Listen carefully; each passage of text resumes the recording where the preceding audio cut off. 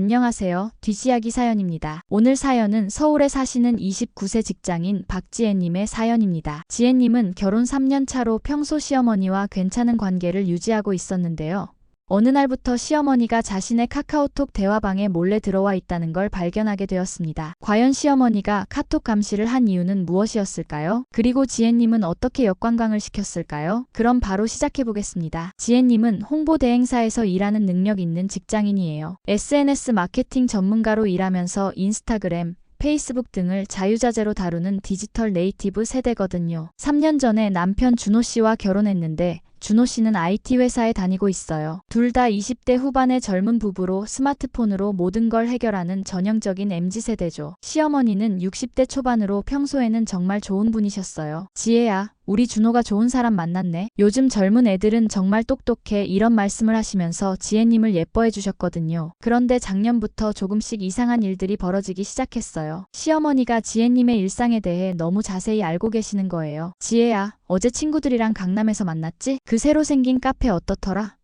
인스타에 올린 사진 예쁘게 나왔네. 지혜님이 남편한테도 말하지 않은 세세한 일정들을 시어머니가 다 알고 계셨어요. 처음에는 혹시 내가 SNS에 올린 걸 보시나 싶어서 인스타그램을 확인해봤는데 시어머니는 팔로우도 하지 않으셨더라고요. 어머니, 제 인스타 보세요. 응, 그게 뭐니? 이 시어머니는 정말 모르시는 것 같았어요. 그런데 더 이상한 건 시어머니가 지혜님의 친구들 이름까지 알고 계신 거였어요. 수진이는 요즘 어때? 회사 일이 힘들다고 하던데 민지는 남자친구랑 잘 지내고 있니? 지혜님은 정말 신기했어요. 시어머니가 어떻게 친구들 이름까지 알고 계실까요? 그러던 어느 날 지혜님이 친구들과 카톡으로 대화를 하고 있는데 정말 이상한 일이 벌어졌어요. 지혜님이 친구들과 오늘 저녁에 치킨 먹을까? 라고 대화를 나누고 있었는데 갑자기 시어머니한테서 전화가 온 거예요. 지혜야, 오늘 저녁 뭐 먹을 거니? 치킨은 몸에 안 좋으니까 집에 와서 밥 먹어라. 지혜님은 소름이 돋았어요. 방금 전 카톡 대화를 어떻게 아실까요? 혹시 우연의 일치인가 싶어서 친구들과 다른 대화를 해봤어요. 내일 명동에서 만날까? 이 시쯤 어때? 그런데 10분 후에 또 시어머니한테서 카톡이 왔어요. 지혜야, 내일 명동 갈 일 있니? 조심해서 다녀와. 이건 정말 우연이 아니었어요. 분명히 시어머니가 지혜님의 카톡을 감시하고 있는 거였어요. 지혜님은 급하게 카카오톡 설정을 확인해봤어요. 그런데 정말 충격적인 걸 발견했어요. 대화방 참여자 목록에 김어머니라는 이름이 있는 거예요. 그런데 이 계정은 프로필 사진도 없고 마지막 접속 시간도 표시되지 않았어요. 지혜님은 바로 깨달았어요. 시어머니가 가짜 계정을 만들어서 자신의 단체 카톡방에 몰래 들어와 있는 거였어요. 더 충격적인 건 이 계정이 지혜님의 여러 카톡방에 모두 들어와 있다는 거였어요. 친구들과의 대화방, 회사 동료들과의 대화방, 심지어 대학 동기들과의 대화방까지. 지혜님은 정말 화가 났어요. 사생활 침해도 이런 사생활 침해가 없는 거예요. 하지만 동시에 궁금하기도 했어요. 시어머니가 왜 이런 짓을 하실까요? 남편 준호에게 이야기해봤더니 남편도 깜짝 놀라더라고요. 엄마가 그런 걸 어떻게 해? 엄마는 스마트폰도 겨우 쓰시는데. 하지만 지혜님은 확신했어요. 분명히 시어머니가 누군가의 도움을 받아서 이런 짓을 하고 있는 거였어요. 그래서 지혜님은 테스트를 해보기로 했어요. 친구들에게 상황을 설명하고 가짜 정보를 카톡에 올려본 거예요. 내일 부모님 집에 인사드리러 가야 하는데 너무 귀찮아. 시어머니가 요즘 나한테 계속 간섭하셔서 스트레스야. 그런데 정말 30분도 안 되어서 시어머니한테서 전화가 왔어요. 지혜야, 우리가 너한테 간섭한 적 있니? 혹시 우리가 잘못한 게 있으면 말해줘. 이제 확실해졌어요. 시어머니가 정말로 카톡을 감시하고 있는 거였어요. 지혜님은 더 큰 테스트를 해보기로 했어요. 이번에는 친구들과 함께 완전히 가짜 계획을 세워본 거예요. 다음 주에 제주도 여행 갈까?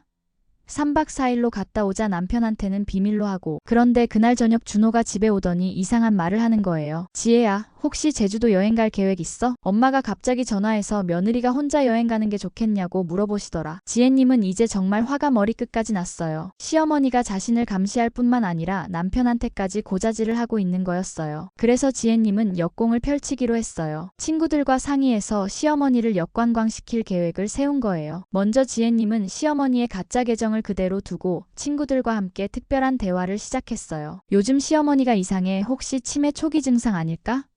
자꾸 이상한 말씀하시고 기억도 안 하셔. 그리고 더 구체적인 내용을 추가했어요. 준호 아빠한테 말해서 병원에 모시고 가야 할 것 같아. 요즘 시어머니가 없는 일도 있었다고 하시고 사람들 이름도 헷갈려 하셔. 이 대화를 본 시어머니는 정말 패닉 상태가 되셨나 봐요. 그날 밤 준호한테서 다급한 전화가 왔거든요. 지혜야, 엄마가 갑자기 눈물을 흘리면서 병원에 가보겠다고 하시는데 무슨 일이야? 지혜님은 이때다 싶어서 준비해둔 카드를 꺼내들었어요. 여보, 혹시 어머니가 내 카톡방에 몰래 들어와 있는 거 알아? 그리고 지혜님은 남편에게 모든 증거를 보여줬어요. 시어머니의 가짜 계정, 감시당한 기록들, 그리고 테스트 결과까지. 준호는 정말 충격을 받았어요. 엄마가 그런 짓을 하실 리가 없는데. 하지만 증거가 너무 명확했어요. 결국 준호가 시어머니한테 직접 물어봤더니 시어머니가 모든 걸 인정하셨어요. 그런데 시어머니가 이런 짓을 한 이유를 들어보니 정말 기가 막혔어요. 사실 옆집 아줌마가 알려줬어. 며느리가 바람 피우는지 확인하려면 카톡을 봐야 한다고 하더라. 시어머니는 옆집 아줌마의 말에 넘어가서 지혜님을 의심하기 시작한 거였어요. 그리고 그 아줌마가 직접 가짜 계정 만드는 방법까지 알려줬다는 거예요. 옆집 며느리가 바람을 피워서 이혼했는데 미리 알았으면 막을 수 있었을 거라고 하더라. 지혜님은 정말 어이가 없었어요. 남의 집 이야기 때문에 자신을 의심하고 감시한 거였어요. 하지만 더 충격적인 사실이 있었어요. 시어머니가 지혜님의 카톡 내용을 옆집 아줌마한테 다 말해왔다는 거예요. 지혜가 친구들이랑 어디 가고 뭘 하고 사는지 다 알려줬어. 그 아줌마가 궁금해하니까. 지혜님은 정말 화가 폭발했어요. 자신의 사생활이 동네 아줌마들 사이에서 다 퍼져나갔다는 거였어요. 결국 지혜님은 시댁에 가서 모든 상황을 정리했어요. 시아버지도 함께 계시는 자리에서 시어머니의 잘못을 지적하고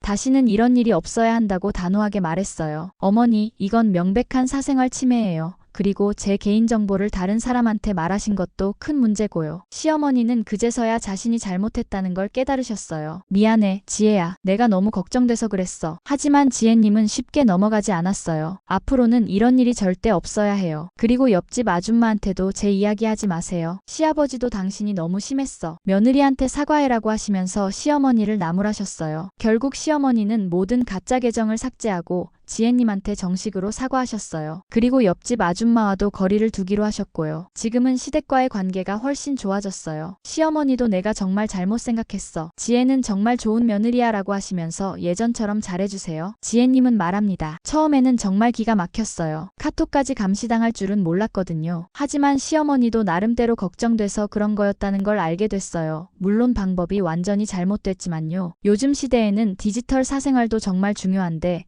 기성세대 분들은 잘 모르시는 것 같아요. 앞으로는 이런 일이 없도록 시어머니와 소통을 더 자주 하려고 해요. 여러분은 어떠세요? 이런 상황에서 지혜님처럼 침착하게 대처할 수 있으셨을까요? 댓글로 의견 남겨주세요. 다음에도 더 흥미진진한 사연으로 찾아뵙겠습니다. 구독과 좋아요도 부탁드려요.